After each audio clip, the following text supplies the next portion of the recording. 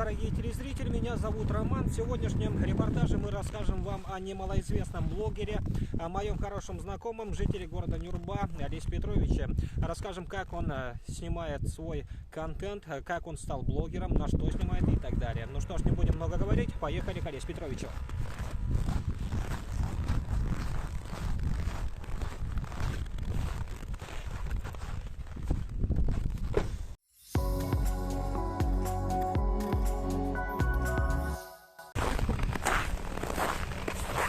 Итак, друзья, мы приехали к дому Олеся Петровича, и давайте мы сейчас пройдем к нему домой.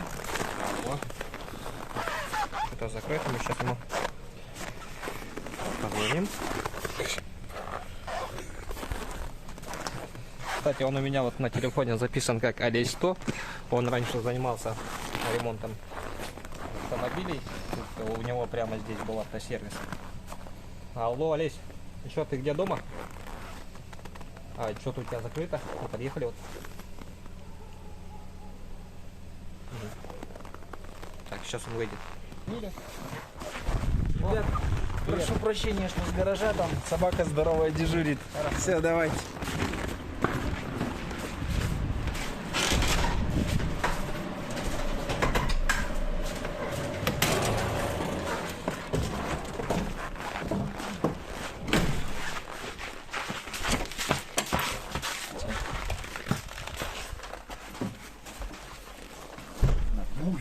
Нормуль.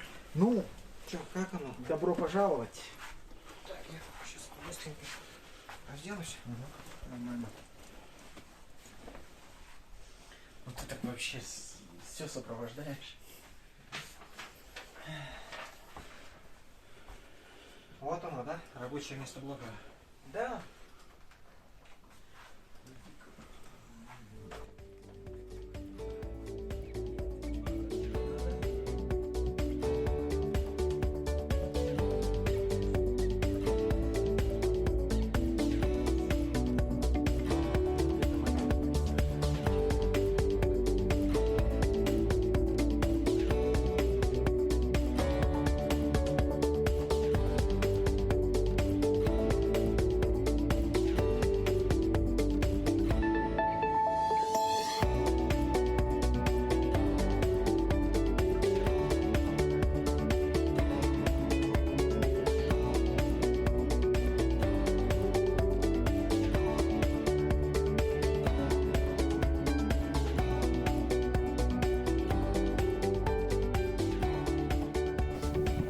Ну, Олеся, давай поговорим о том, как ты стал блогером вообще. Ну, я как знаю, ты раньше занимался, у тебя был автосервис. Как ты вообще вот пришел к тому, что ты стал блогером? Вообще, с чего это началось?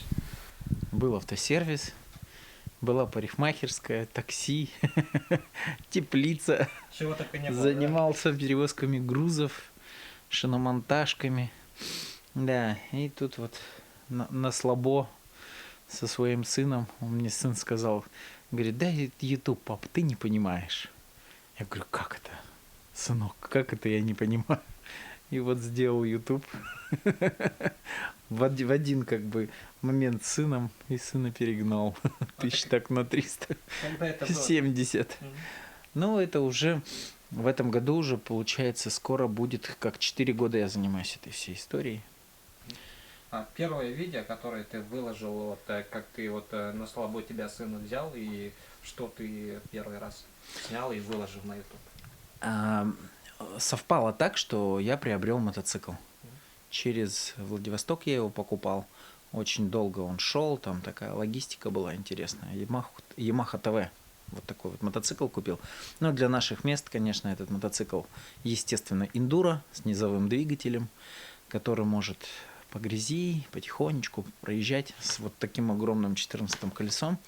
И я думал, что буду, ну, как бы заниматься обзорами мотоциклов. Потом, оказывается, на Ютубе надо выкладывать много видео. Получилось так, что и за обзорами мотоциклов пошли лесные прогулки. И у нас в Якутии очень интересно. Я всегда говорил, что у нас тут цивилизация, все самое интересное, оптический интернет, все так, все круто, но только ты вступил за несколько шагов. Угольные утюги, мельницы жернова, какие-то руны, какие-то все очень интересно. Я сам как бы, мое хобби основное, я заштатник, музейный работник в музее Уткина. Ну, ты знаешь, Ром. Да, там у меня есть такие находки, очень такие суровые, такие как кельт, бронзовый топор, и бубенчик, офицерский бубенчик китайского офицера, что непонятно, что он тут делал. Ну и вот таким образом вышло так, что это все дело моим подписчикам стало очень интересно. И пошло-поехало. Контент у тебя сейчас немножечко другой, да, вот, скажем, ты рассказываешь о своей жизни, о том, как ты куда-то ездил и так далее, не только вот о раскопке и так далее, не исторические такие моменты. Ну, почему не исторический? Совсем недавно на мусорной свалке мы обнаружили локомобиль. Это же круто. Вытащили его 25-тонным краном, как будто спиннингом. Щуку здоровую. Ну, и получается так, что зимой-то ты историю много не поснимаешь. Ну, вот, летом я снимаю о жителях, да, о путешествиях, о поездках, о своей давней работе, когда я, ну, получается, имея СТО, я еще совмещал как бы со спасением автомобилей. Вот, ну, как бы, эта работа меня опять догнала. Я вот сделал рутинно в марте того года, я, ну, как бы, помогал ребятам вытаскивать грузовик. Да, Думал, был, да? кому это интересно? Думаю, это же, блин, никому не интересно. Дай, думаю, сниму. Вот, оказалось интересно. Больше 6 миллионов, по-моему, совокупно там 3 или 4 ролика набрало, как бы. Так что вот так. То есть моменты такие бывают, которые ты вот сам думаешь, что это не залетит видео, а на самом деле это кому-то очень Зачастую. интересно. Вот я сделал видео совсем абсолютно недавно. Средний как бы просмотр на моих роликах это около 100 тысяч. Средний просмотр. И тут я сделал, ну, обычная, как бы, ну, не обычная, естественно, а история о якутском Маугли. Да, ну, маленького ребенка медведь забрал, и потом охотники спустя некоторое время его из берлоги прямо ребенка достали живого. Очень было, конечно, все интересно, но я зачитал эту историю, просто сделал картинки и все, закрыл глаза. Думал, все. История взлетела уже практически, сейчас уже скоро 1 миллион наберется этому видео. Это, ну, как бы не рядовая, но такая себе история под... Как она могла кому-то понравиться, это непонятно. А первые подписчики, когда у тебя, вот с каких постов начали появляться? Когда люди стали на тебя подписываться? С первого же видео у меня были маленькие видео, там 10-минутные, о нашем ледоходе. Ледоход, дело в том, что подтопило, подошел к домам у нас, ну, как бы половодье. Да, и такие, ну, рутинные ролики такие.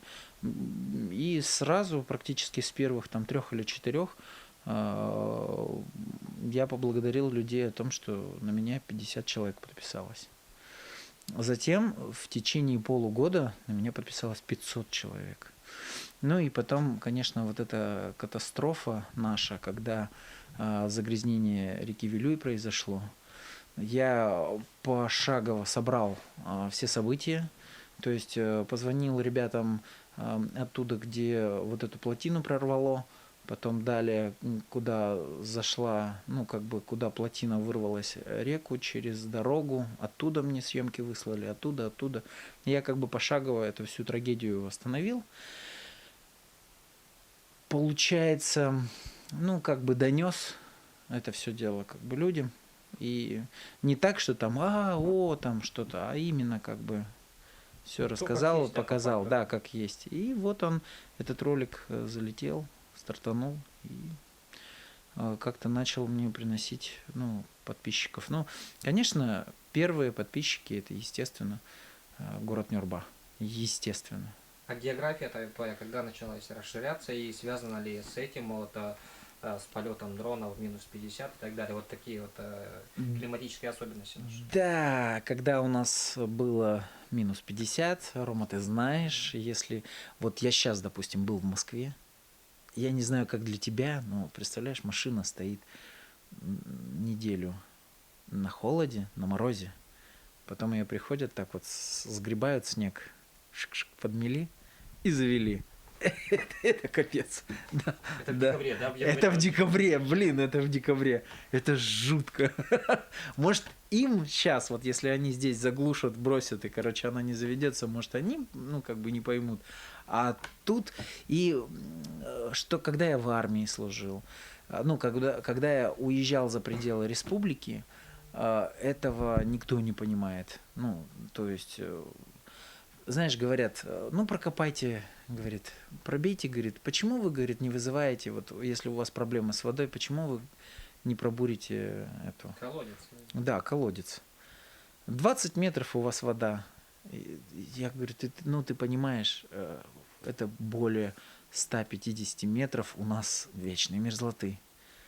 Нет, люди не поймут. Пробурить для нас скважину это 700 метров. Это около 5 миллионов рублей, чтобы только у нас была скважина, да. И если ты ее заморозишь, все, ты ее уже никак не отогреешь. То есть Уже вот такая, новой, да, вот. да, все, тебе по новой придется вызывать бригаду, она приедет, это колоссальная работа, будет работать несколько месяцев и пробьют опять эти 700 метров. Этого, ну, никто не понимает, что ломаются провода, что бананы замерзают в кости и начинаются прибивать им этот, что доширак можно остудить, ну вот так вот махом. Тоже вот донес в легкой форме людям вот это все, что, ну, получается, наши эти морозы, и они как бы поняли, что ой-ой-ой, ничего себе, что у них там происходит, как вы там живете. Это уже другие это регионы, комментарий, да, это обычный комментарий. И вот с этих видео, с легких таких, началась расширяться география. От Дубая, Сан-Франциско и далее, и далее, и далее, и далее.